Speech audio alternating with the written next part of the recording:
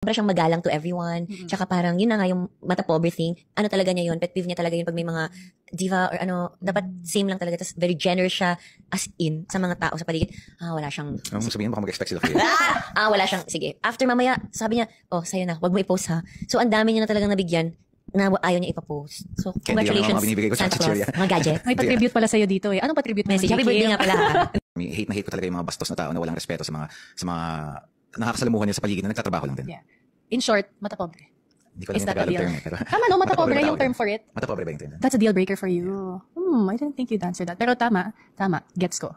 Parang, ako kasi parang basics of basics yun eh. Parang, diba, parang as a parent myself, parang I would like to instill that to my child. And parang pag nakakita ko ng ibang tao na ganun makisalamuha sa mga ibang tao, parang hindi ko maatim kung paano sila nakarating sa pwestong to na hindi pinapakita ng magulang nila.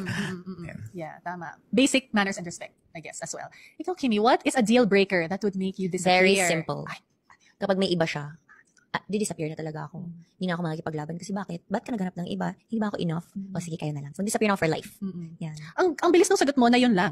Simple. Yun lang talaga. Pag naghanap ka ng iba, di ba parang hindi enough yung isa lang. Hanap ka pa ng another. So, kung naghanap ka ng another, ibig sabihin, hindi ka masaya sa akin. So, might as well end this and I'm just gonna disappear and you continue your life. Daming hindi nakailag na nanonood at nakikinig. Kasi nangyayari yun, di ba, na kahit na may nakikita siya yung partner niya, whether girl or guy, na may iba. Okay lang. Sige, sa akin pa rin naman umuwi.